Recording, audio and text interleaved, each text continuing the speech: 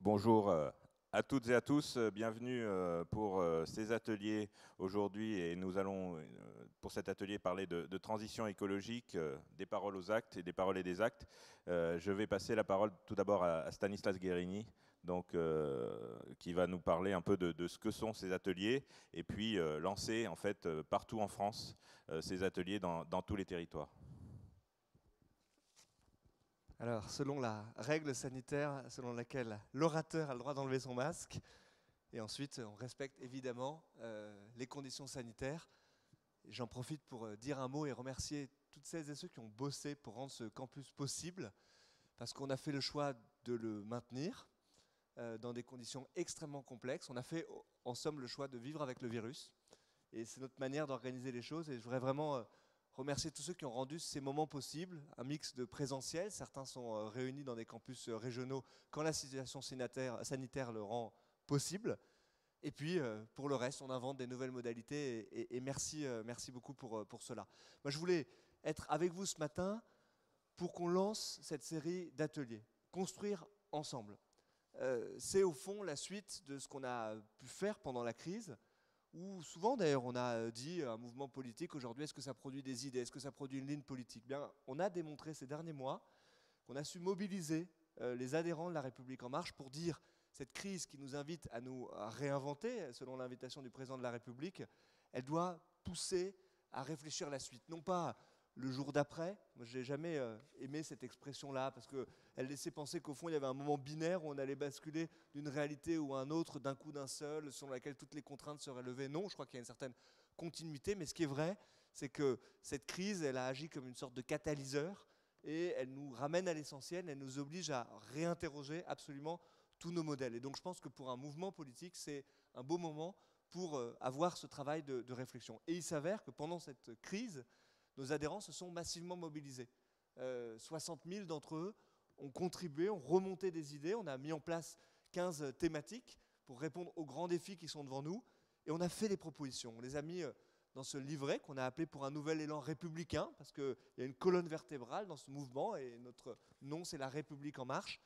Et donc on a choisi de mettre sur la table 90 propositions pour être utile et pour que le mouvement soit un aiguillon de la majorité au fond et puisse, y compris, challenger nos ministres. Et Bérangère, Emmanuel, je vous remercie d'être là avec nous ce matin, parce que je crois profondément que le rôle du mouvement, parfois, c'est de titiller aussi et de dire comment est-ce qu'on va plus loin, comment est-ce qu'au fond, on n'abandonne pas ce qui nous a réunis en 2017, c'est-à-dire la volonté de transformer les choses, de faire bouger les lignes, de lever un certain nombre de verrous. La société française était bloquée, c'est le constat qu'on a fait, qui nous a donné envie de nous engager en 2017 pour beaucoup des citoyens, et Jean-Baptiste Bruno peut en témoigner, qui ne faisaient pas de politique avant et qui avaient envie de bouger les choses pour notre pays. Donc on a mis des propositions sur la table, et particulièrement sur la transition écologique, puisque c'est un thème sur lequel nos adhérents ont massivement participé. Et je veux dire là qu'un mouvement progressiste comme La République En Marche ne peut être qu'un mouvement écologiste. Souvent on nous dit définissez le progressisme. Bien, moi je le définis en disant c'est la capacité à choisir sa vie. Mais très souvent on l'a entendu comme la capacité à choisir sa vie avec un prisme individuel. Notre action, elle a été perçue là-dessus. L'éducation, la formation professionnelle, mettre le paquet sur le travail, l'émancipation. Je crois que cette ligne de notre politique, elle est perçue, entendue. En revanche, la capacité à choisir notre vie et à passer du jeu au nous, force est de constater qu'on a moins bien réussi à rendre cela perceptible, y compris dans notre logiciel idéologique. Et c'est tellement évident que si on ne change pas de trajectoire, si on ne change pas la façon de penser au fond, pour le dire très banalement, ce qu'on fait subir à notre planète, ben on sera en incapacité demain de choisir notre vie, parce qu'on va tout subir. On va subir l'artificialisation des sols, on va subir les inondations, on va subir les déplacements climatiques, et donc nous n'aurons plus aucun choix en réalité. Et donc l'idéologie qu'on porte, comme c'est celle qui dit, nous, c'est le contraire du renoncement, on veut donner à l'humain le fait de toujours avoir le choix, d'être en maîtrise au fond, de maîtriser le progrès, eh bien, je crois que ça, c'est indissociable avec le fait d'être un mouvement profondément écologiste. Mais l'écologie avant tout. Et là, je vais commencer en étant un peu critique sur nous-mêmes. Force est de constater que depuis le début du quinquennat, on a fait un paquet de trucs, dont la Convention citoyenne pour le climat. Et je vous remercie d'être là et de représenter les 150 citoyens qui ont participé pendant des mois, qui ont travaillé. Mais force est de constater qu'on n'a pas toujours été bien entendu et compris dans notre action et dans notre, au fond, sincérité à vouloir faire la transition écologique. Et je pose, pour démarrer notre échange, pour moi, ce qui sont deux lacunes. Il y en a une première qui est certainement qu'on n'a pas suffisamment bien défini, au fond, quelle était notre vision d'ensemble et le projet de société qu'on voulait construire. Et je crois que des moments comme ça doit aussi nous servir à discuter de ça. Au fond, quelle est notre écologie, celle qu'on veut porter? Moi, je crois que ça ne doit pas être l'écologie du renoncement aux libertés, ça ne doit pas être l'écologie du retour en arrière. Je l'ai dit hier avec une formule à Amiens, ce n'est pas le retour à l'âge de pierre, c'est comment est-ce qu'on pense l'après-pétrole. Ça ne doit pas être une écologie qui s'oppose à la science, au progrès. Nous, on croit trop à la science et au progrès pour croire à cela. Moi, je crois que les entreprises ont une part de la solution. Je crois qu'il faut, y compris, faire preuve d'audace, savoir prendre aussi parfois des risques pour pouvoir faire la transition écologique. On pourra en reparler. Hier, j'ai mis sur la table l'exemple de la 5G, qui est un grand sujet de débat, qui a été un sujet de débat pour les citoyens de la Convention citoyenne pour le climat. J'ai pris cet exemple parce que je pense que si on veut faire l'agriculture raisonnée, moins consommatrice en eau, on a besoin de l'Internet des objets, et donc on a besoin de la 5G, et si on ne fait pas la 5G, on n'y arrivera pas. Voilà un bon sujet de débat. Mais moi, je crois que notre ligne, c'est de pouvoir assumer le fait de faire confiance aussi à la science pour trouver des solutions. Donc ça, c'est la première lacune. Puis la deuxième, c'est le quotidien. Et c'est ce à quoi nos ministres sont confrontés bien souvent. C'est on avance, on met, et je le dis en tant qu'ancien député de la Commission des Finances, un paquet d'argent pour pouvoir faire la transition, la rénovation par exemple des bâtiments, cher Emmanuel, maintenant qui est pleinement engagé sur ce sujet-là, mais le dernier kilomètre, le bâtiment qui se rénove à côté de chez soi, c'est tellement complexe, on voit qu'on a du mal à aller au bout. Et ça sera un enjeu massif, alors même que la volonté, mais vous le direz mieux que moi, elle est extrêmement forte, et dans la puissance des moyens qui est donnée, et dans la volonté politique d'y arriver. Donc je crois qu'il faut tenir les deux bouts d'une certaine façon, celle de la vision, puis celle du quotidien. C'est comme ça qu'on va réussir. On a formulé beaucoup de propositions, notamment sur l'alimentation durable, cher Jean-Baptiste. C'est un des thèmes qui est remonté le plus fortement. Et donc, je suis très heureux d'ouvrir ces ateliers, construire ensemble. Je veux remercier, à travers vous, qui êtes physiquement présents, toutes celles et ceux qui y participent dans les 18 ateliers qu'on aura ce matin, toutes celles et ceux qui y participent à distance. J'ai le bonheur de voir notre campus des Hauts-de-France qui est branché avec nous. Je vous salue d'ailleurs. Et place au débat, place à l'échange. Et merci à nouveau d'être là. Merci beaucoup Stan. Donc c'est moi qui vais être en charge aujourd'hui d'animer cette table ronde sur la transition écologique. Alors en tant que porte-parole, j'ai plus l'habitude de porter la parole ou de la couper que de la distribuer, mais enfin une fois n'est pas coutume, je vais essayer de la distribuer le mieux possible parce qu'on a un temps assez limité pour parler, on a à peine une heure pour parler de transition écologique, enfin c'est assez court, donc on va essayer d'être condensé. Je vais vous présenter donc l'ensemble des intervenants. Je ne vais pas représenter Stanislas puisqu'il est là, notre cher délégué général du mouvement et député de Paris. Donc on a effectivement, on devine dans la pénombre la rentrée des territoires des Hauts-de-France, et on a ici avec nous aujourd'hui, je lui céderai la parole dans un moment pour lancer cette justement rentrée des territoires de Hauts-de-France, puisqu'il nous a fait l'honneur d'être parmi nous et il ne peut être à Amiens où nous étions pratiquement tous hier. Donc nous avons Bruno Bien-Aimé qui est donc référent La République En Marche de la Somme, élu à Amiens et en charge particulièrement de tout ce qui est alimentation et cantine. Donc ça va être intéressant d'avoir son retour. Donc on a Bérangère Abba. Chère Bérangère, bienvenue. Donc secrétaire d'État auprès de la ministre de la Transition écologique et solidaire, en charge plus particulièrement de la biodiversité. On a donc Stanislas, je ne vais pas revenir. Emmanuel Vargon. Donc bienvenue Emmanuel, donc ministre délégué auprès de la ministre de la Transition écologique en charge du logement. Et puis, elle nous fait donc l'honneur d'être ici, c'est Mélanie, donc, qui est citoyenne de la Convention pour le climat et qui était plus spécifiquement dans le groupe alimentation et qui nous apportera un peu sa vision et son éclairage sur les différents points. En fait, je vous propose de passer une demi-heure sur 3 thématiques principales concernant, parce que la transition écologique c'est assez vaste, mais on va s'intéresser plus particulièrement dans un premier temps à la rénovation énergétique des bâtiments, pour montrer qu'on a déjà fait des choses, mais qui reste à faire, et Emmanuel est la mieux placée pour nous en parler. Ensuite, on parlera de préservation et même de reconquête de la biodiversité avec Bérangère, puisque c'est la charge de son secrétariat d'État. Et enfin, on fera une troisième partie sur l'accès à une alimentation de qualité pour tous.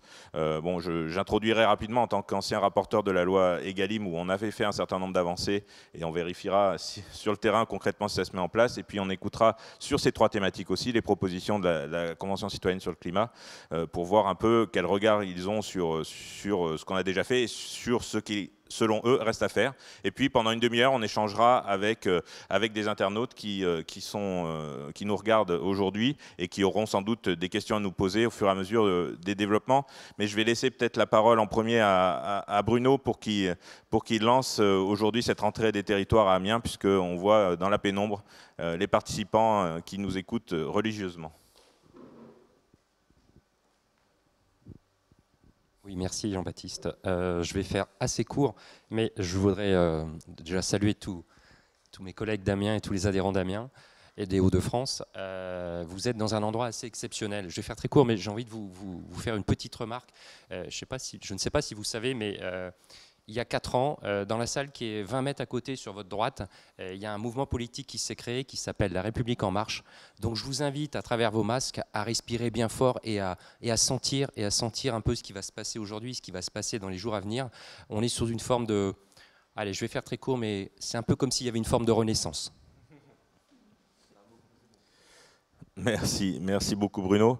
On va se passer le micro hein. De main en main, on fait ça, voilà, bonne franquette. On va essayer de se laver les mains entre temps aussi, parce que sinon c'est moyen au niveau des conditions. On va d'abord aborder donc cette première thématique de rénovation énergétique des bâtiments pour accompagner notamment les foyers les plus modestes. Donc je me tourne vers toi du coup, Emmanuel. Donc tu es maintenant sur ce sujet de la transition écologique, tu y es depuis en fait 2018. D'abord en tant que secrétaire d'État, puis maintenant en charge de la problématique plus spécifique du logement, et qui, comme nous le savons tous, c'est pas une mince affaire pour répondre à l'enjeu de la transition écologique. Et donc, on voudrait faire un peu un point avec toi, d'abord sur ce qui a déjà été fait, et puis surtout sur ce qui reste à faire, et quelle est ta feuille de route dans les 18 mois qui nous restent avant 2022. Merci beaucoup Jean-Baptiste, merci Stan.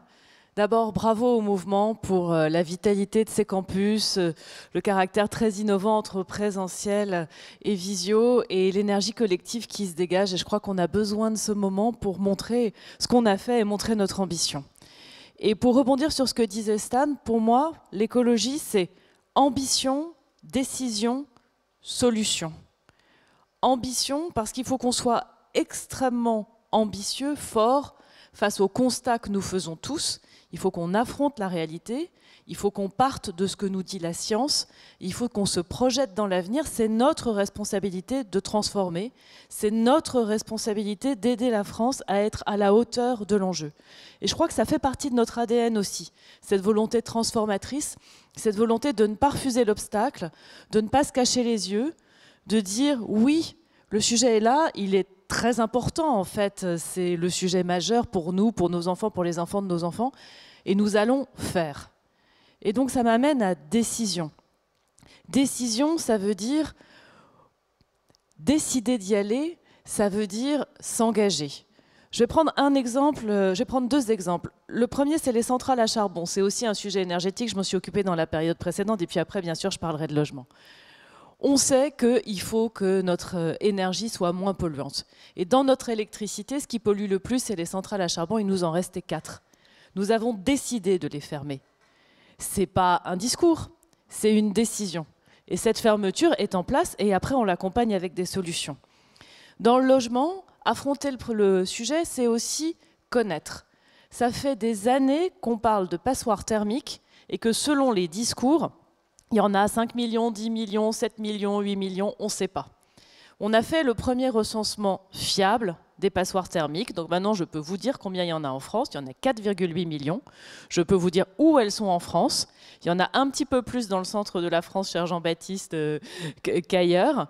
Et du coup, à partir de cette connaissance, on peut agir. Et on a donc décidé qu'au moins, on arrêtait les chaudières au fioul. Parce que les passoires thermiques, c'est des murs mal isolés avec des chauffages qui consomment énormément d'énergie fossile. Et là, c'est une décision.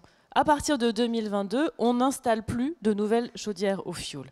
Et ça m'amène à solution. Parce qu'une vision sans décision, ça ne sert à rien.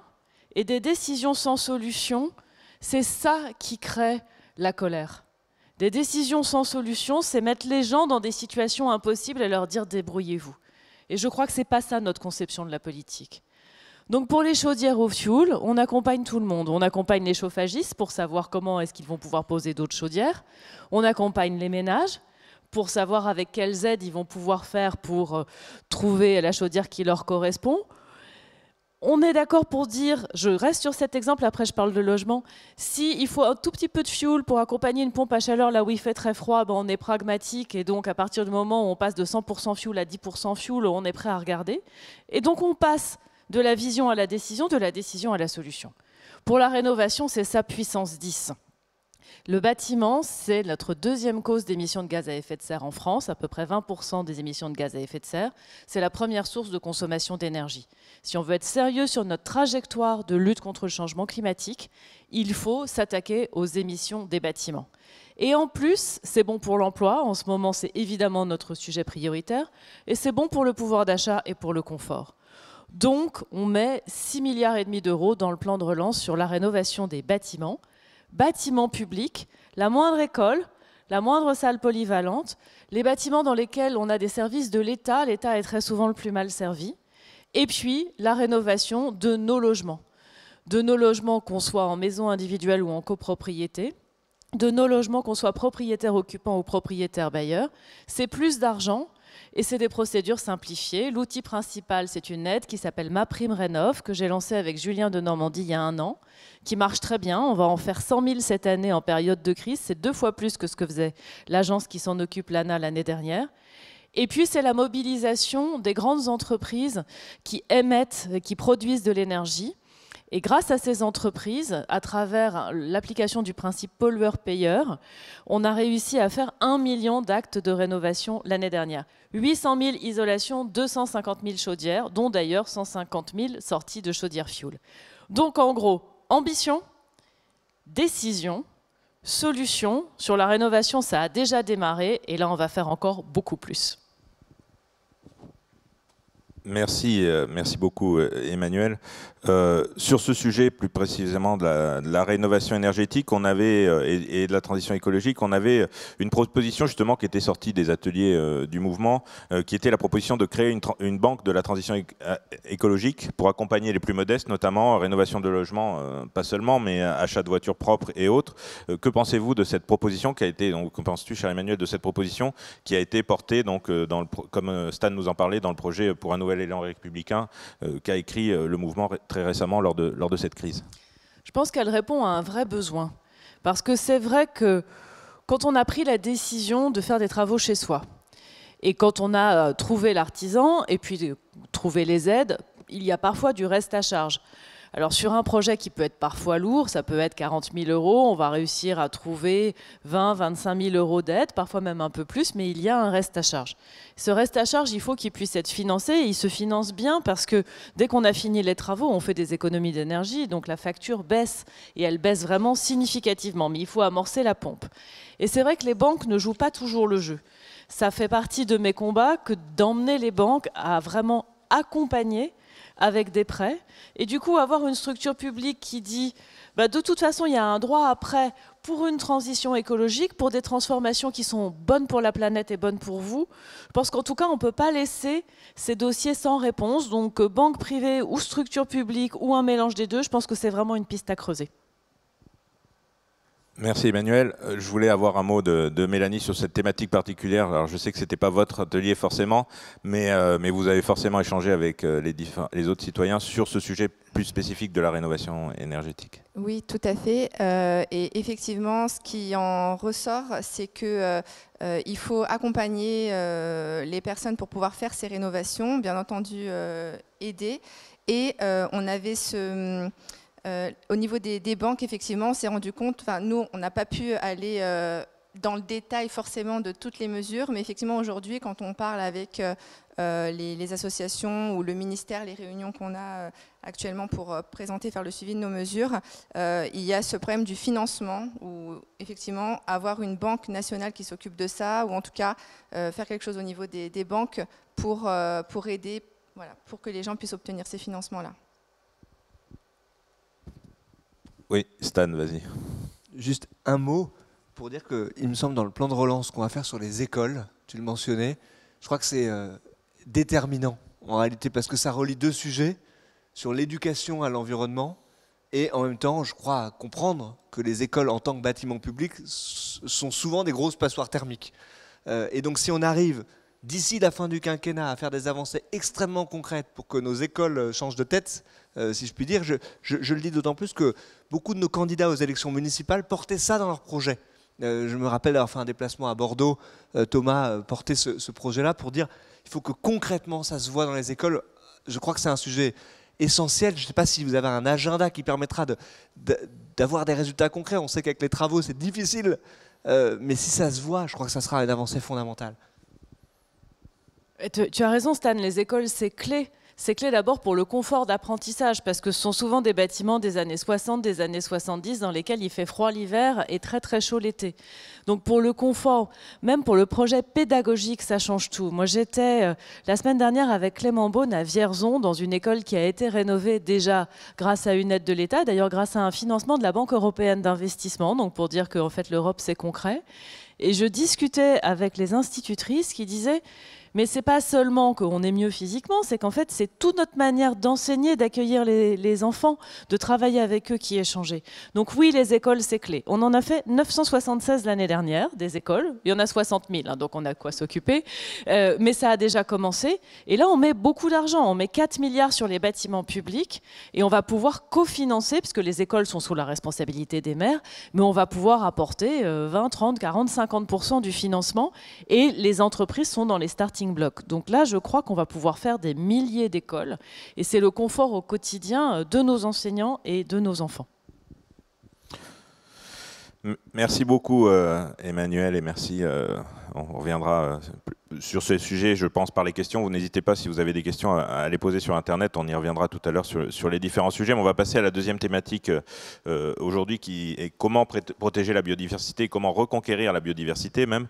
Donc je vais m'adresser maintenant à toi, Bérangère, qui est secrétaire d'État chargée de la biodiversité, qui était déléguée, enfin qui est encore déléguée de la transition écologique au sein du mouvement En Marche.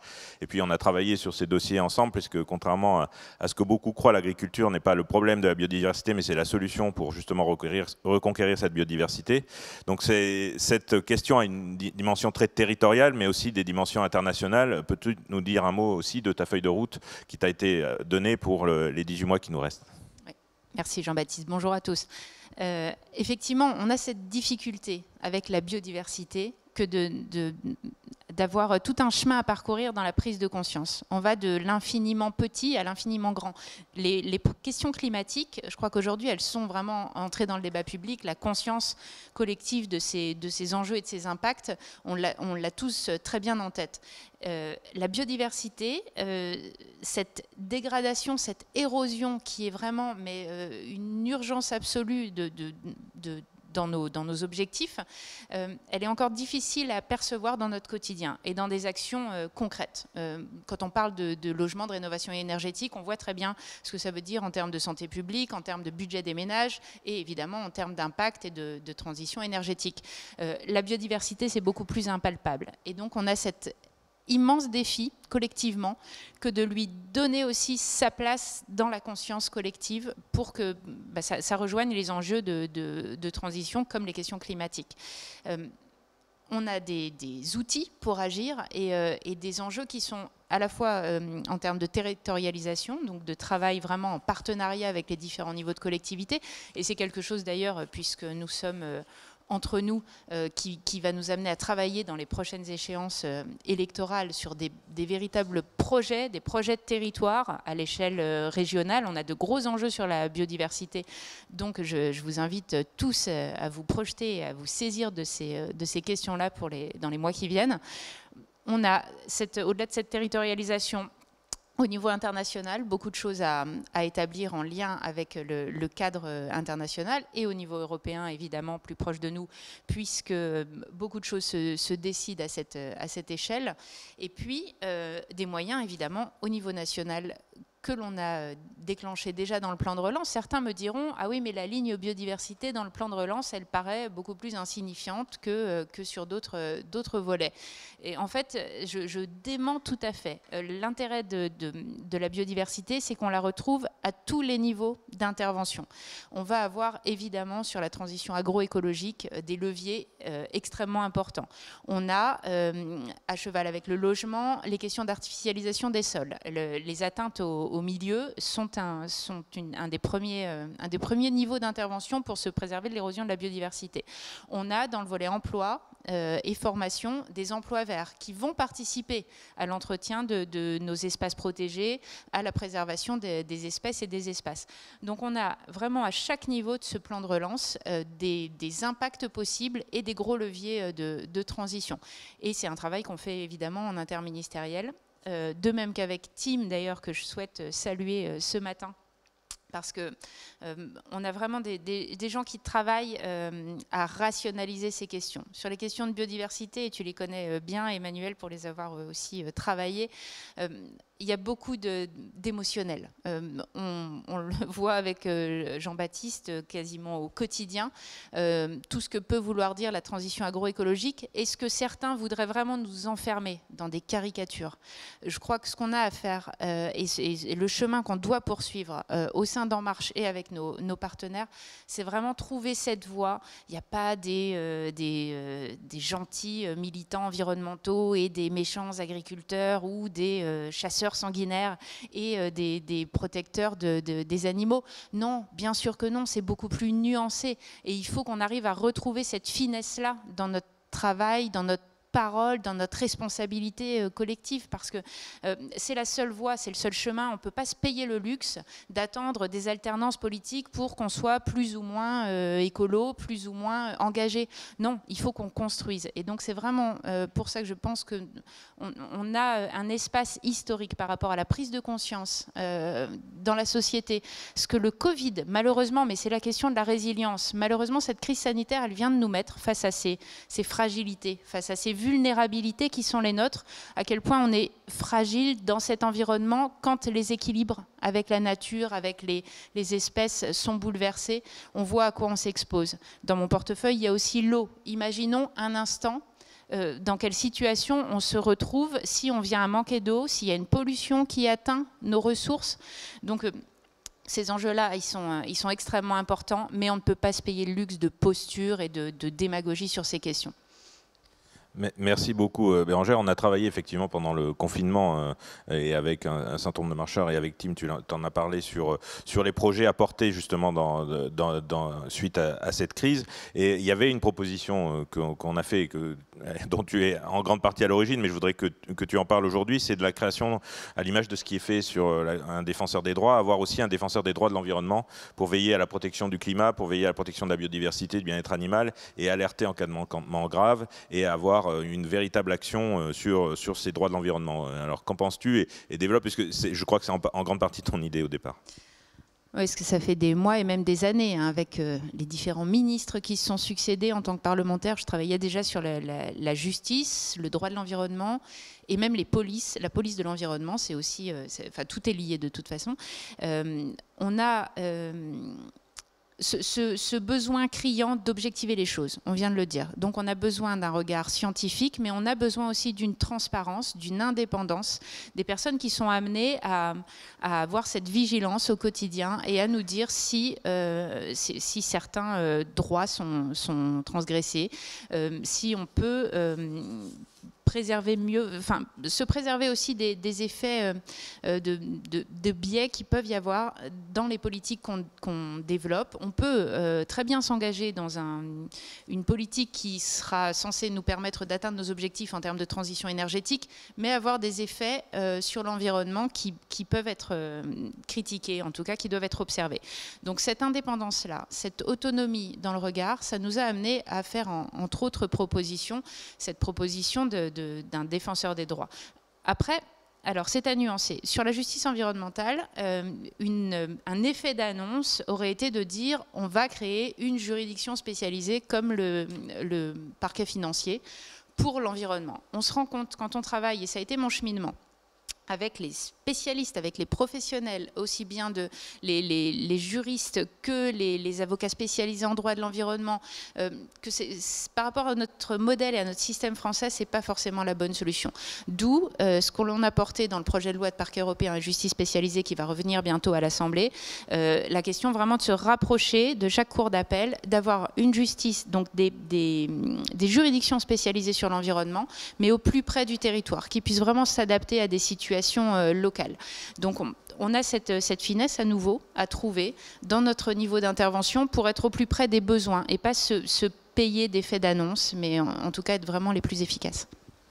Je me tourne à nouveau vers vous, Mélanie, sur la Convention citoyenne pour le climat. Je pense que vous avez aussi abordé cette thématique de la biodiversité de façon approfondie. Donc, quelles sont un peu vos idées, vos propositions et les propositions de la Convention sur cette thématique plus spécifique de la biodiversité ?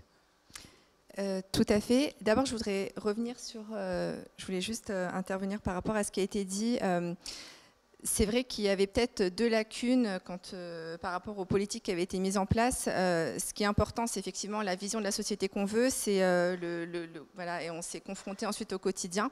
Mais nous, ce qu'on a constaté en tant que citoyens, il faut savoir qu'au premier week-end, on a été quand même 2/3 des citoyens à prendre vraiment une claque, c'est-à-dire qu'on n'était pas informés de la situation. Donc effectivement, on voit qu'il y a un éveil ces derniers mois écologique encore plus dans la société, mais pour passer vraiment de la parole aux actes, je dirais qu'il va falloir vraiment informer et accompagner, donner les moyens aux citoyens et tout le monde, aux citoyens, mais pas que, aussi voilà, les pouvoirs publics, les producteurs, les industriels. C'est vrai que tout le monde est responsable et ça ne peut pas être un bras de fer. Effectivement, comme vous le disiez. Donc par rapport à la biodiversité, donc, justement c'est dans le groupe Se Nourrir où on a traité d'un thème qui était transversal pour les 5 groupes, mais c'était dans Se Nourrir, c'était sur la protection des écosystèmes et de la biodiversité, et on a proposé de légiférer sur l'écocide.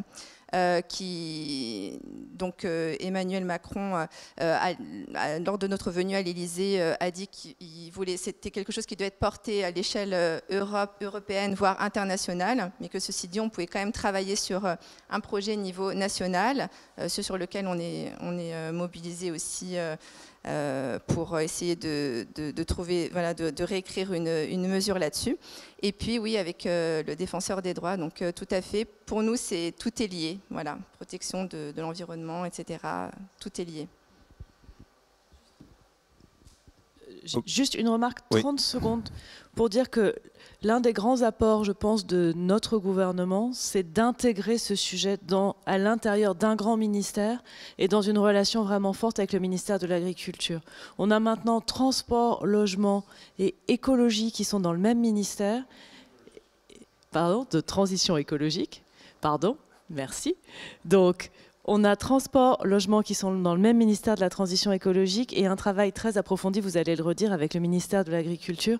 Et je crois que c'est comme ça qu'on réussit parce qu'effectivement, tout est lié et on a à dépasser les contradictions à l'intérieur d'une vision unifiée. Non, mais merci beaucoup Emmanuel parce que tu m'as facilité la transition puisque maintenant on va justement parler d'alimentation saine et durable et accessible à tous, puisque c'était aussi un des titres qui parfois a été moins mis en avant de la loi Egalim dont je fus le rapporteur. C'était cette accessibilité à une alimentation saine et durable et accessible à tous. Et donc cette thématique, on a déjà fait des choses, puisque dans cette loi qu'on a portée et sur lesquelles ont travaillé les 2 ministères, d'ailleurs le ministère de l'Agriculture et le ministère de la Transition écologique, on avait le 50% de produits locaux ou signes officiels de qualité, dont 20% de produits bio dans la restauration collective publique au plus tard au 1er janvier 2022, plutôt d'ailleurs. La lutte contre le gaspillage alimentaire aussi, qui était intensifiée avec la possibilité d'étendre à la restauration collective et à l'industrie agroalimentaire la possibilité de faire des dons alimentaires. Et puis, Bérangère, ça va te rappeler quelque chose, la possibilité d'emporter des aliments ou boissons non consommés, je tenais à mettre en évidence, c'est un de tes combats quand on était siégés sur les mêmes bancs, dans les restaurants et débits de boissons, dans ce qu'on appelle couramment les doggy bags, qui étaient intégrés. Puis dans le plan de relance, il y a aujourd'hui 1,2 milliard qui va être dédié au volet transition agricole, alimentation et forêt, avec 3 priorités, donc la reconquête de la souveraineté alimentaire, l'adaptation de l'agriculture et de la forêt au changement climatique, c'est ce qu'on disait tout à l'heure avec la transition agroécologique, et donc l'accélération de cette transition agroécologique au service d'une alimentation saine et durable, dotée de 346 millions d'euros sur le volet de moyens de production et 200 millions d'euros pour le volet alimentation proprement dite, avec notamment un plan de soutien aux cantines scolaires des petites communes pour leur permettre de s'équiper et de former leur personnel afin de pouvoir proposer des repas issus d'un approvisionnement local. On a aussi le développement des projets alimentaires territoriaux, les PAT, qui visent à soutenir ce type d'initiative, puis un certain nombre d'opérations qui vont être soutenues par ce plan de relance, les 1000 restaurants durables, qui est mené avec le ministère de l'Europe et des Affaires étrangères dans le cadre du tourisme durable, avec 1000 restaurants situés en particulier dans les communes rurales de moins de 20 000 habitants, qui seront aidés à développer et à adapter les activités de restauration durable. L'initiative Jardin Partagé aussi qui sera aidée, l'opération Panier Fraîcheur également qui permettra de soutenir les groupements d'achat et coopératives. Et là-dessus, je voudrais te passer la parole, Bruno, puisque tu es adjoint à la mairie d'Amiens et tu es en charge plus particulièrement de la restauration scolaire. Et donc, pour que tu nous parles un peu de concrètement comment vous avez réussi à mettre en place cette alimentation plus locale et plus durable au niveau de la restauration scolaire. Merci Jean-Baptiste. Je vais me permettre de rebondir sur 2-3 choses et après je viens tout de suite au sujet. Pour la Convention citoyenne, on en parlait tout à l'heure avec Vélanie, je pense qu'il serait intéressant, Stan, de pouvoir le décliner dans toutes les régions. Et je pense que ça apporte beaucoup. Mélanie me disait en Occitanie, ils sont déjà en train de travailler. Je pense que si on pouvait décliner ça, ce serait quand même particulièrement intéressant. Et ça, au niveau local, donnerait la même impulsion qu'au niveau national. Ça, c'est la première chose. La deuxième chose, c'est juste pour Bérangère. Team, il faut qu'on leur explique à tous que Team, ce n'est pas une personne, c'est une association. C'est Transition écologique Emmanuel Macron, avec qui on travaille depuis le début. C'est une formidable association avec plein de personnes intéressantes. Et je fais une petite parenthèse pour les gens qui sont sur Amiens. Vous aurez un des responsables de cette association cet après-midi. Et je tiens vraiment à les saluer pour tout le travail qu'ils font depuis le début. Je vais rebondir aussi sur la biodiversité. La biodiversité, moi je suis enseignant en écologie, donc je peux beaucoup vous en parler, mais il y a juste un aspect qui m'intéresse beaucoup, c'est qu'on parle beaucoup de préserver la biodiversité, et c'est extrêmement important, parce que préserver, ça veut dire l'équilibre entre ce qui apparaît et ce qui disparaît, mais on sait aussi qu'on est dans un temps où il y a beaucoup plus d'espèces qui disparaissent qui apparaissent. Donc au-delà d'aller préserver, il faut aussi la développer. Et développer la biodiversité, ça veut dire aussi, ça peut se faire de 1000 façons.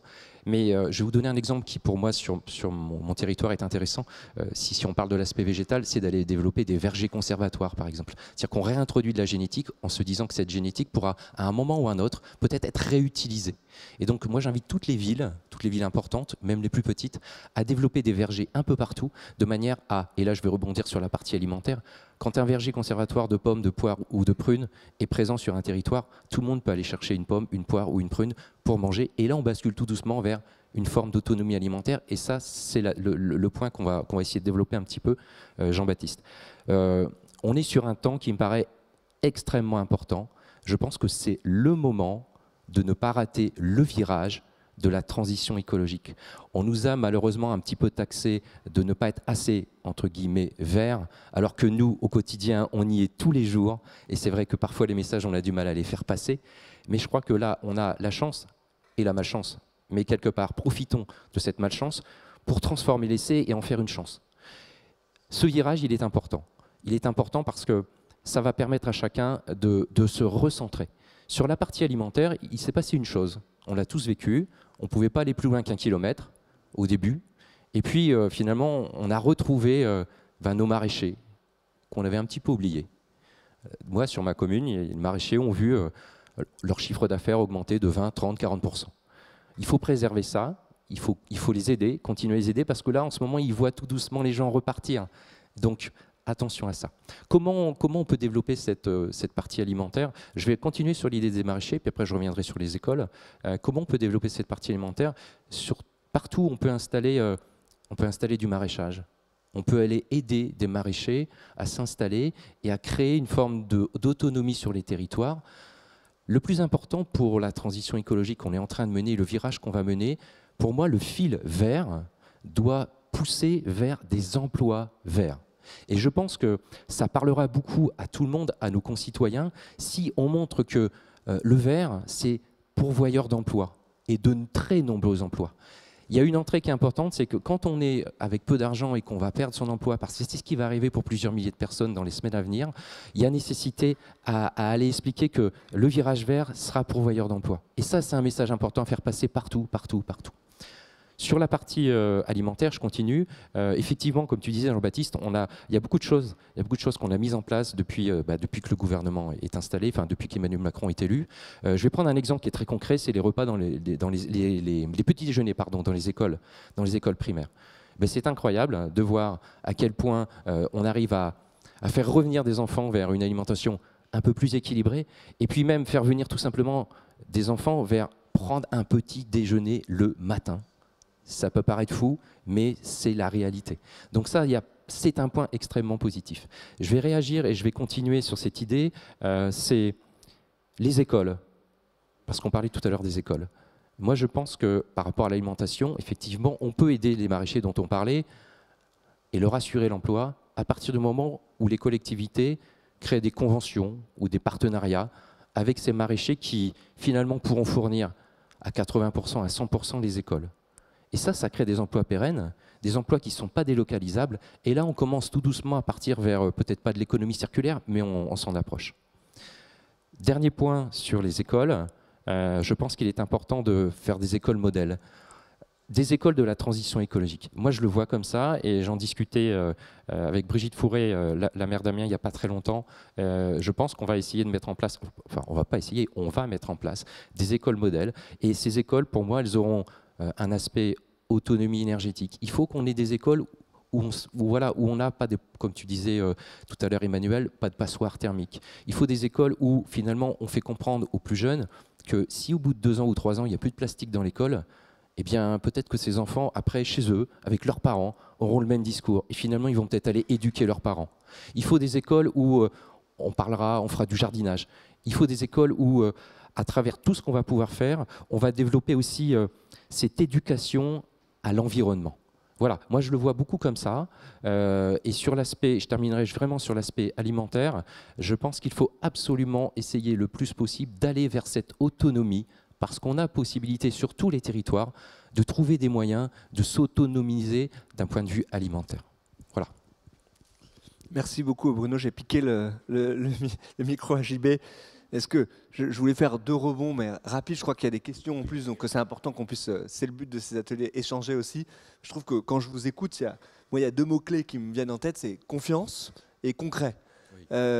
Tout ce que vous dites, la confiance, c'est quand même absolument clé. On est dans un monde politique fait de défiance. Et c'est vrai qu'on en a beaucoup pâti depuis le début du quinquennat. On fait 10 cases en avant. Puis il y a un truc un peu symbolique, on n'a pas prononcé le mot glyphosate, on prononcera dans les prochaines semaines le mot néonicotinoïde qui va revenir. Et là, patatras, on a l'impression qu'on repart parce qu'on a du mal à expliquer, parce qu'on est sur des tels sables mouvants de défiance qu'on met le pied et puis c'est parti. Les gens nous disent, mais non, là, vous n'êtes pas sincère d'une certaine façon. Et je crois, et c'est une remarque politique que je veux faire en disant ça, que ce qui va se passer avec la Convention citoyenne pour le climat, ce qu'on a voulu, et je fais remarquer au passage que c'était une des propositions du mouvement pendant le grand débat. On avait fait ce même exercice de travail intellectuel, politique, et moi j'étais absolument convaincu qu'il faille porter ça. Le président de la République l'a voulu.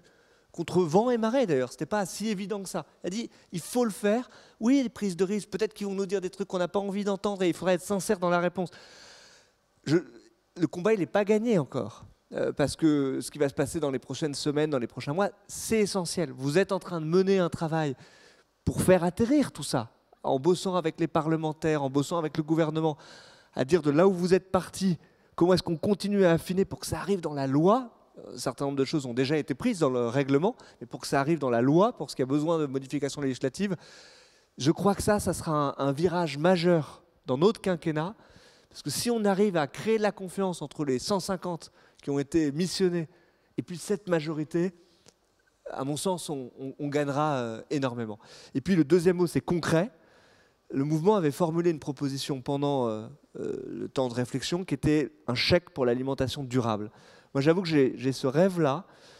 C'est très compliqué les chèques, parce que comment ça arrive, est-ce qu'ils sont cessibles, pas cessibles, on peut les consommer, etc. Donc je sais que c'est compliqué, mais c'est d'une certaine façon un appel que je fais à nos ministres. Si on peut le faire par expérimentation sur certaines régions et de voir sous quelle forme ça peut marcher, pas marcher, des chèques réservés aux commerces de proximité, peut-être à ceux qui font justement à nos maraîchers, etc. Je pense qu'on relie quand même deux thématiques là sur à la fois l'aspect social et l'aspect environnemental pour les réserver à ceux qui sont en précarité justement, pour dire vous aussi vous avez le droit à l'alimentation durable, ça offre des débouchés. Voilà, j'avoue que j'ai ce rêve secret que cette proposition précise, elle puisse déboucher même par expérimentation à l'occasion du plan de relance.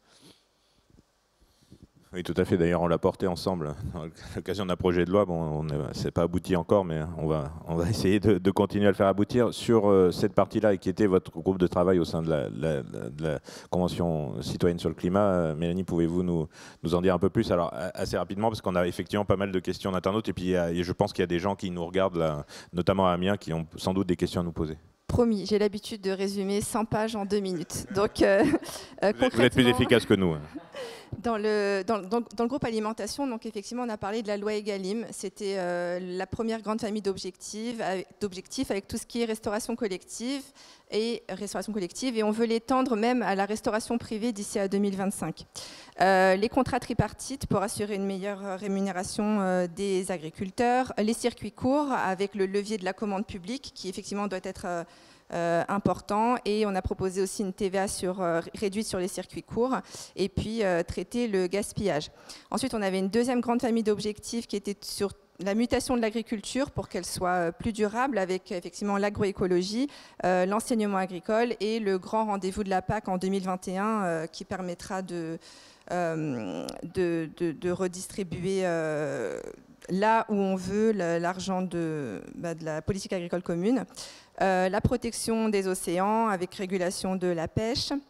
On avait une quatrième famille d'objectifs sur la politique commerciale qui doit être menée par l'Union européenne, qui effectivement impactera aussi nos agriculteurs et notre manière de consommer.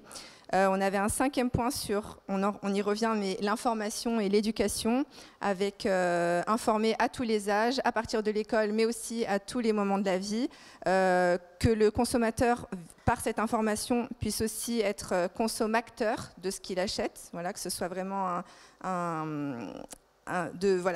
quand on mange 3 fois par jour, on vote 3 fois par jour.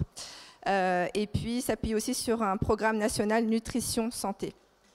On avait une 6e famille d'objectifs sur l'éthique. On en a parlé, mais c'est réglementer tout ce qui est production pour vraiment faire ce lien entre ce qu'on produit et ce qu'on mange et l'environnement, d'en être conscient. Donc c'était aussi un gros point dans le groupe Se Nourrir. Et puis bon, la 7e famille d'objectifs, c'était la protection des écosystèmes, mais ça, on en a déjà parlé.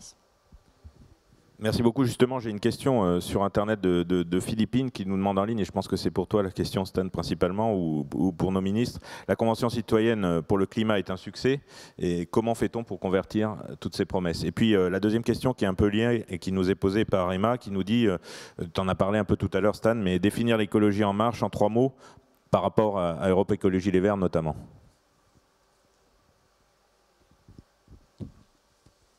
Je commence par la fin. Progrès, science, émancipation. Je crois que notre écologie, ça doit être celle de l'émancipation, c'est-à-dire celle qui n'est pas l'écologie du renoncement, qui enlève des possibilités, mais qui est une écologie au contraire, et c'est le sens de tous nos propos depuis le début de cet atelier, qui ouvre le champ des possibles, sur des emplois, sur des trajectoires de vie, sur l'alimentation plus durable. Je ne crois pas, et c'est une différence politique avec d'autres formations, à cette écologie qui vise au fond à dire par exemple que la liberté, on la mettrait en dessous de la thématique écologique. Je crois que ça c'est le renoncement. Moi, je suis trop attaché à la liberté, à la science, pour qu'on puisse avoir ces régressions-là. C'était un des points d'ailleurs qui doivent nous pousser à retravailler sur l'écocide. La formulation, moi, elle m'allait pas personnellement. Je pense qu'il y a quelque chose dans notre constitution. Il faut qu'on puisse se dire ces choses-là sincèrement en disant oui, on veut y aller. Bérengère a bien dit les choses là-dessus, mais il faut qu'on ait des choses qui ne soient pas en renoncement. Et ensuite, rapidement, sur les propositions, je crois que dans l'actualité médiatique, un débat chasse l'autre, une actualité, mais le moment du président de la République avec les citoyens, Mélanie y était à l'Élysée, je trouve que c'était un moment démocratique qui était intéressant, parce que c'était un moment de franchise. Il a dit on y va, pour 146 propositions. Il a dit joker, en les expliquant, pour 3 propositions sur les 149 que vous aviez formulées. Et donc la volonté collective, elle est là, et les députés, les ministres notamment, qui vont être chargés de ça, je crois que j'ai suffisamment dit clairement que notre volonté, c'était de réussir à aller au bout. Pour moi, ça sera un grand succès si les citoyens ils disent « on ne s'est pas foutu de nous ». Voilà. Juste une remarque là-dessus sur le mot « convertir » parce que je pense qu'il a 2 sens. C'est convertir les propositions de la Convention en loi. Et on s'est engagé à avoir un projet de loi qui est porté par le ministère de la Transition écologique avec la Convention, en liaison bien sûr avec les parlementaires, et qui va prendre volet par volet et qui va décliner en mesures législatives. Et puis après, il y a convertir 66 millions de Français à ce que pensent 150. 150 qui sont représentatifs des Français, qui ont pris une grosse claque, qui n'étaient pas tous écolos dans l'âme quand ils sont rentrés dans le process de la Convention. Et ça, c'est vraiment un processus politique extrêmement important parce que le cheminement qui a été fait, il faut qu'on arrive à le faire aux Français en accéléré autour de cette idée d'émancipation et de progrès et autour de cette idée de solution, c'est-à-dire une écologie qui avance à chaque fois que les solutions sont là pour montrer qu'on sait dépasser les impasses ou les contradictions ou le pessimisme ou le défaitisme. Si je peux compléter, je crois que ce qui est de notre responsabilité, c'est de rendre accessible. Si on veut retrouver du sens, il faut que chacun, dans les propositions, dans ce qu'on sait, ce vers quoi on veut évoluer, que chacun puisse y avoir accès. Quand on parle de disruption, je crois que les économistes ne me contrediront pas, il s'agit aujourd'hui pour nous de donner l'accès à toutes les solutions qu'on connaît aujourd'hui, qui existent.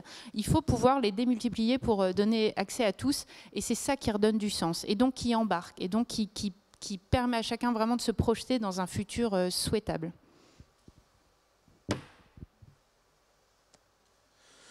Donc, j'avais une question, alors je vais en partie répondre, et je pense qu'Emmanuel, tu pourras compléter, parce que Marc nous demande, donc en ligne, en direct, j'ai le sentiment qu'il y a une crise de vocation chez les plus jeunes pour devenir agriculteur ou bosser dans la rénovation, puisqu'on sait bien que dans le bâtiment, on a aujourd'hui notamment des soucis de recrutement, et puis c'est des métiers innovants, effectivement, et qui travaillent avec des nouveaux matériaux pour la plupart. Comment motiver ces jeunes à se former à ces métiers passionnants? Alors pour l'agriculture, on a effectivement un souci, une crise des vocations, avec pratiquement la moitié des agriculteurs au niveau européen qui vont prendre leur retraite d'ici 5 ans.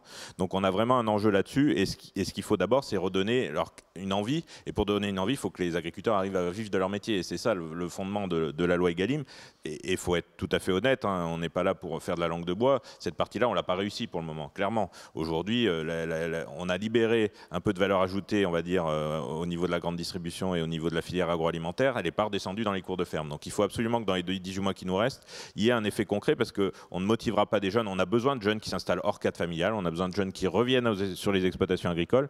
Et pour ça, il ne faut pas qu'on leur propose de trimer 24 heures sur 24, 7 jours sur 7 et de ne rien gagner, voire de perdre de l'argent. Donc il faut absolument qu'on retrouve la fierté d'être agriculteur et la capacité de vivre de son métier. C'est particulièrement important, et c'est ça qui permettra d'attirer des jeunes sur ces métiers-là. Les circuits courts sont une possibilité, mais globalement, il faut qu'aujourd'hui, le métier d'agriculteur paye à nouveau et permette de faire vivre sa famille, parce que sinon on aura du mal. Et sur le bâtiment, Emmanuel, ou sur l'agriculture aussi, tu as certainement des idées. Je vais me concentrer sur le bâtiment. Le bâtiment sont des métiers qui payent bien, en fait. Donc c'est vraiment un problème d'écart entre la réalité et l'image. L'image, c'est des métiers durs et un peu rétrogrades, alors que la réalité sont des métiers qui sont devenus techniques, extrêmement variés. Moi, hier, j'étais dans un CFA du bâtiment. Ils font un démonstrateur sur tout ce qui est éco-construction. Ils travaillent maintenant en construction ou en rénovation avec des matériaux beaucoup plus agréables à travailler, le chanvre, le lin, le bois. Et du coup, c'est vraiment un secteur qui va recruter. Donc, c'est un appel à mieux faire connaître. On plaisantait hier en disant qu'il faudra un top chef des métiers du bâtiment, parce qu'en fait, c'est ces émissions qui ont donné envie à beaucoup de jeunes d'aller, en l'occurrence, vers la cuisine, la pâtisserie, etc. Il y a des trucs incroyables dans la construction aujourd'hui. C'est numérique, tout ça est informatisé, c'est écologique, on réduit le bilan carbone, on a des nouveaux matériaux, et en plus, et c'est là qu'on fait la jonction avec l'agriculture, beaucoup de ces matériaux sont issus des filières agricoles. Je pense au chanvre, je pense au bambou, je pense à la paille de riz en Camargue. Donc il y a des trucs extraordinaires à faire, mais il faut les faire connaître.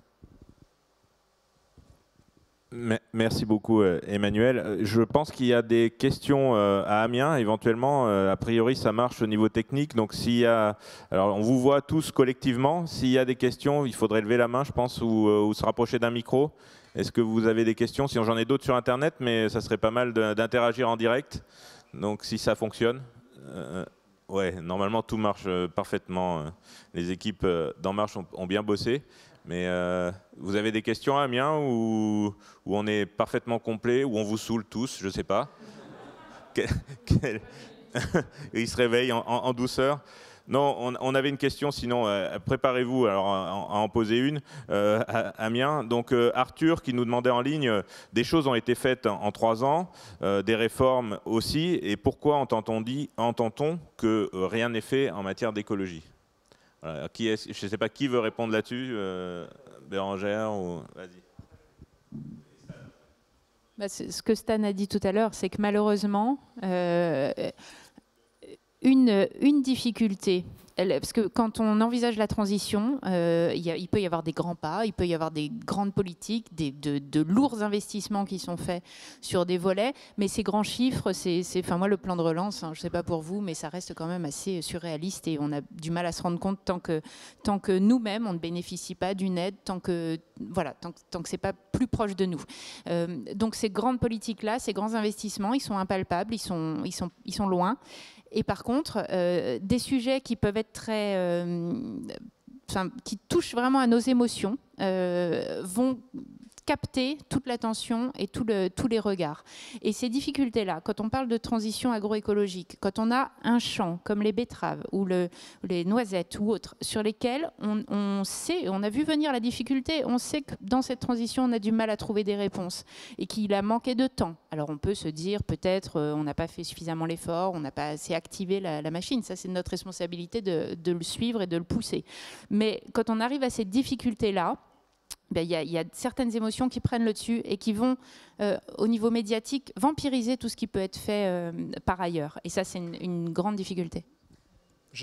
J'ajoute un mot, parce que je suis entièrement en ligne avec ce que vient de dire Bérangère.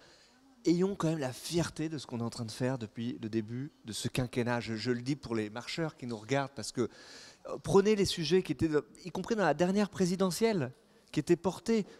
Les écolos, ils nous disaient quoi à ce moment-là? Il fallait arrêter Europa City. On a arrêté Europa City. Il fallait arrêter la Montagne d'Or, on a arrêté la Montagne d'Or. Il fallait arrêter Notre-Dame-des-Landes, on a arrêté Notre-Dame-des-Landes. Il fallait investir dans les énergies renouvelables, à faire x5 en solaire, x3 en éolien. Tu le rappelais Emmanuel, c'est nous qui sommes en train de fermer les centrales à charbon, c'est l'équivalent de la pollution de 2 millions de bagnoles dans le véhicule. On va le faire d'ici la fin du quinquennat. On est le premier pays au monde qui a voté une loi pour sortir des hydrocarbures 2040. Premier pays au monde.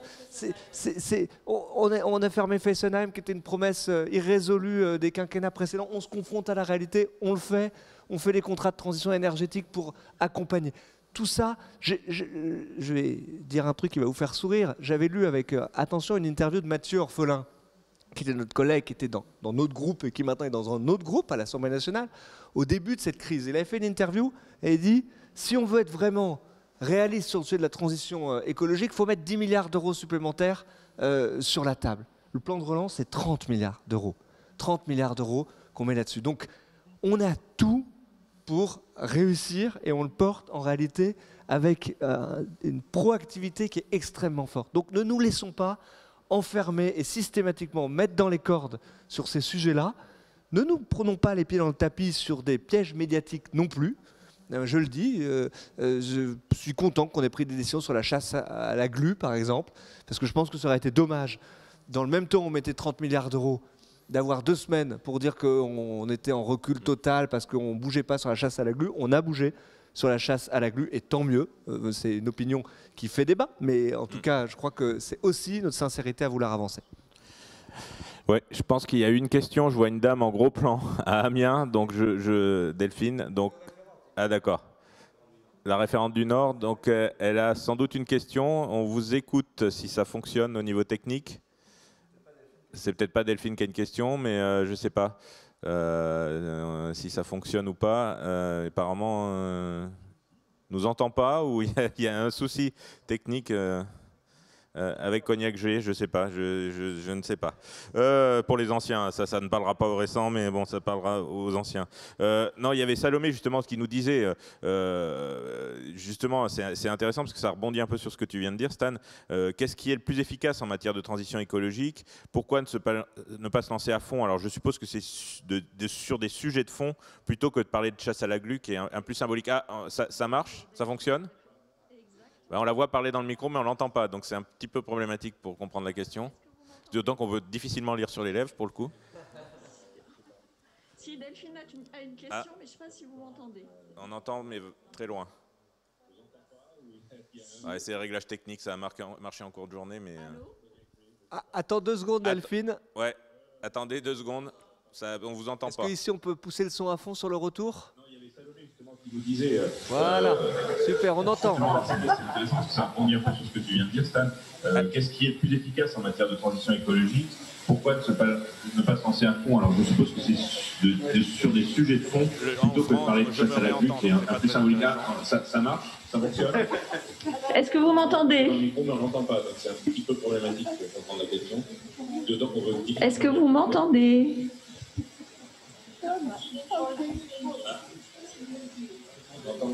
C'est loin. Ouais, c'est réglages techniques, ça a marché en cours de journée. Mais... Alors, ouais, attendez 2 secondes, on vous entend pas. Ici, on peut pousser le son à fond sur le retour? Vous disiez... voilà, super, on entend. Ça rebondit un peu sur ce que tu viens de dire, Stan. Qu'est-ce qui est le plus efficace en matière de transition écologique? Pourquoi ne pas passer à compte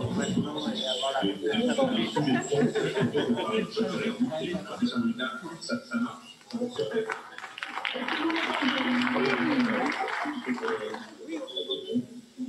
Alors, est-ce que vous m'entendez?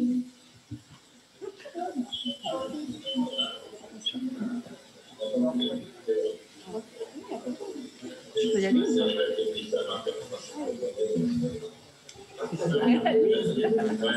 Attendez 2 secondes. On vous entend pas. Bon, j'y vais pour poser la question. Je ne sais pas dans combien de temps on aura la réponse, mais on va commencer.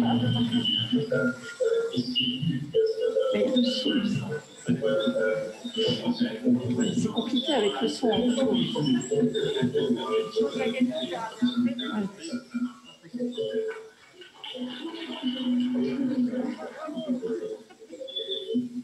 Bon, je commence pour la question. Je voulais insister sur les sujets qui ont été portés par notamment Mélanie de la Convention citoyenne et notre secrétaire d'État Bérangère, qui nous parlait de l'importance... Ici, c'est mieux, on a plus le son en retour. Qui nous parlait de l'importance de l'information aux citoyens, qui est évidemment un sujet primordial sur la transition écologique. J'ai été marquée par Mélanie qui nous disait tout à l'heure qu'effectivement, au début de la Convention, elle avait conscience que toutes ces informations, elle ne les avait pas et que ça l'a fait énormément évoluer dans ses réflexions. Or, il est évidemment essentiel pour nous qui sommes référents et pour les militants d'avoir les bonnes informations justement et de donner les bonnes informations sur le terrain. Donc quand j'entendais tout à l'heure Emmanuel qui nous parlait notamment maintenant de la bonne information qui existe sur les passoires thermiques au niveau national, etc., ma question et ma demande est vraiment qu'entre notre gouvernement et le fait que l'on va présenter et représenter le plan de relance au niveau régional dans les mois à venir, que cette circulation de l'information et que ces informations, nous ayons les bonnes informations au niveau régional, que nous puissions les relayer justement sur tous nos territoires. Nous avons une région qui est aussi forte en termes de ruralité qu'en quartier prioritaire de la ville qu'en termes de métropole. Donc il est très important que ces informations, nous puissions les relayer sur le terrain. C'est donc une question, mais surtout une demande de relais efficace entre notre gouvernement et notre terrain pour pouvoir passer la bonne information et pour pouvoir défendre justement et accompagner sur ce sujet de la transition écologique l'ensemble de nos citoyens sur les Hauts-de-France. Donc, vas-y Stan, ouais. Ils vont avoir la réponse dans quelques minutes, mais vas-y. On vous envoie la réponse par télégramme, donc par pigeon voyageur, c'est plus écolo. 2 points pour moi, évidemment c'est essentiel, et c'est d'ailleurs la mission du mouvement que d'une certaine façon nous armer individuellement à pouvoir répondre. Et disant ça, je sais la difficulté que c'est d'être marcheur, identifié, quand on est au gouvernement.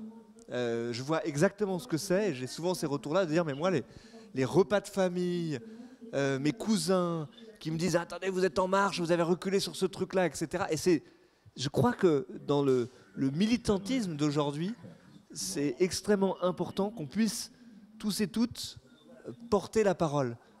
Notre recette magique du départ, c'est comment est-ce qu'il y a des citoyens qui convainquent d'autres citoyens. C'est quand même ça qui s'est passé en 2017.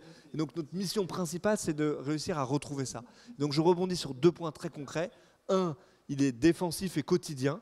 Il faut qu'on puisse beaucoup mieux partager l'information de ce qui est fait au jour le jour. On avait un échange très concret avec Gabriel Attal, qui est le porte-parole du gouvernement, pour dire que le gouvernement produit chaque jour des éléments précis sur les faits d'actualité du jour, et il faut qu'on puisse mieux les diffuser auprès de nos référents, auprès de nos responsables communication sur tout le terrain. Puis la deuxième chose, c'est que de temps en temps, il faut qu'on puisse porter des campagnes de façon offensive pour aller expliquer ce qu'on fait. Et ça tombe bien, hier à Amiens, j'ai lancé la campagne de mobilisation. On sera dès le week-end prochain prêt avec ça. Nous réussirons, je crois que c'est un beau message. Et en somme, je voudrais qu'on puisse aller expliquer à la fois comment on est à la hauteur de nos engagements de 2017. Vous savez qu'on a créé un site qui s'appelle On l'a dit, on l'a fait, qui sera pour la semaine prochaine entièrement réactualisé sur toutes les propositions qui avaient été portées depuis 2017 et leur degré d'achèvement, ou pas d'ailleurs, parce qu'on doit la transparence également. On est à la hauteur de l'urgence. Ce qui a été fait pendant la crise, c'est inouï. Et donc, pendant la crise, le mouvement avait d'ailleurs produit des documents sur les 100 mesures qui avaient été portées, et on les retrouvera dans cette campagne. Et on est à la hauteur de nos ambitions pour le pays. Et je pense que le plan de relance, c'est un outil dont il faut effectivement tous qu'on puisse s'emparer pour aller de façon à la fois offensive et avec de la fierté porter ce qu'on fait, et en même temps, ce n'est pas antinomique avec beaucoup d'humilité, c'est-à-dire pouvoir écouter les retours et faire remonter tout ça. Donc voilà 2 réponses, j'espère, les plus concrètes possibles. Merci à toutes et à tous, et merci aux marcheurs. Bon, j'espère que ça va se régler le décalage horaire entre Amiens et Paris d'ici ce soir. Et je pense qu'on a bien compris à travers ce débat que à La République En Marche, nous on est pour une écologie de solution et pas une écologie d'incantation, et que la transition écologique, on la réussira avec tout le monde, avec tous les acteurs économiques, avec tous les citoyennes et tous les citoyens, et pas contre les gens. Et donc c'est aussi notre philosophie, c'est de faire avec et pas faire contre. Et merci à tous. Merci à toutes, et merci spécialement à Mélanie de la Convention citoyenne pour le climat d'être venue avec nous ce matin. Merci. Bonne journée à tous.